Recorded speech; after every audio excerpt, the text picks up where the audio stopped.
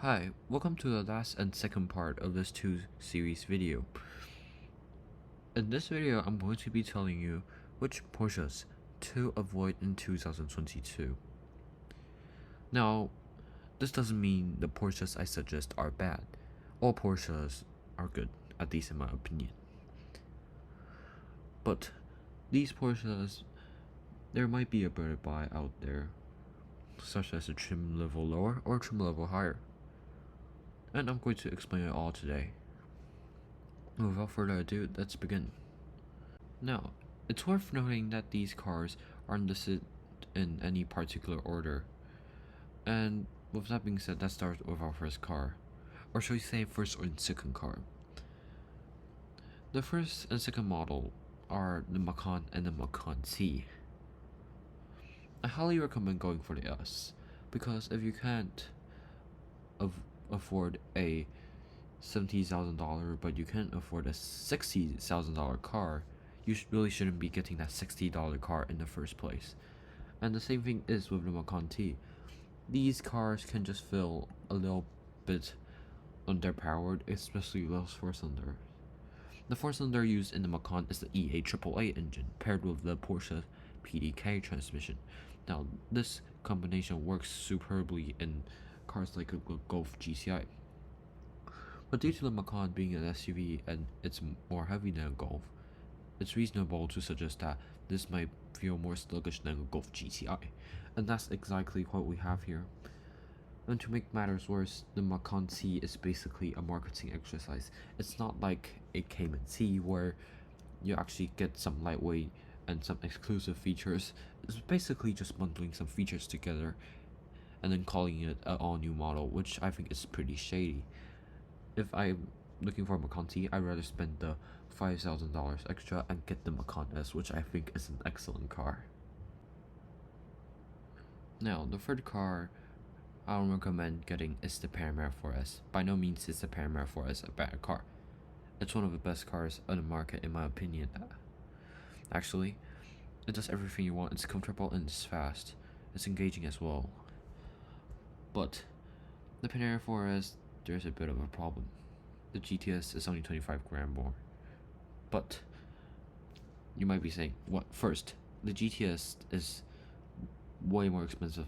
As I said before, 25 grand more, and that's a lot of money. But if you can't comfortably afford a 110 grand car, you should be getting it in the first place anyways, in my opinion at least.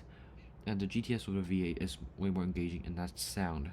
I've personally heard the difference between those two, albeit but the 4S had the sport exhaust, and I heard that the one I listened to was a turbo. The turbo just had much more of a deep growl, and it was so much better. Sure, the GTS may not be faster, it might not have any more power, but I just highly recommend the GTS. It just adds so much more to that experience. Now, the third car I don't recommend, or shall we say fourth, is the Cayenne S. The Cayenne S is a great car, it's a great all-rounder, but for the same reasons as the Panamera, I don't recommend the S trim. It's just a bit, it just isn't as engaging as the GTS. And for more information, you would want to look back at the Panamera section of this video. It's also worth knowing that the GTS gets more features, such as it's a no-cost option for the full-leather interior that I highly recommend, but it's an $4 grand option on the Cayenne S. So that is really why I go for the GTS. It also gets more attractive wheels, more attractive body kit, in my opinion at least, and some back accents, which is always welcome. Final car I would recommend is, well, I can already hear the hate comments coming, the Taycan Turbo S. Now, you might have your own opinions about this, but for me, I'd rather have a Taycan Turbo or a Taycan GTS. To me, the Taycan Turbo S, unless you're planning on doing drag race every day, you probably wouldn't want the Taycan Turbo S. The reason is, both of these cars, by both of these I mean the Taycan Turbo and the Taycan Turbo S, have around 610 horsepower in daily driving.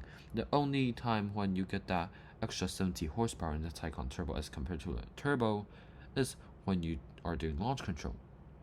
And when you're doing launch control, by no means is the Taycan Turbo slow. And, well, why are I not talking about the Cross Turismo? Well, the simple reason is because the Cross Turismo has body painted, well, shall we say high gloss black body cladding, and that's the only reason. But the Taycan Turbo S, you really can't tell the differences between the Taycan Turbo and the Taycan Turbo S. Now, that's it for today's video. If you like this video, please comment and subscribe and give this video a like. It will be really useful. And if you have any opinions, including the hate comments about the Taycan Turbo S, comment them down below, and I will probably respond if I see them. Thanks for watching.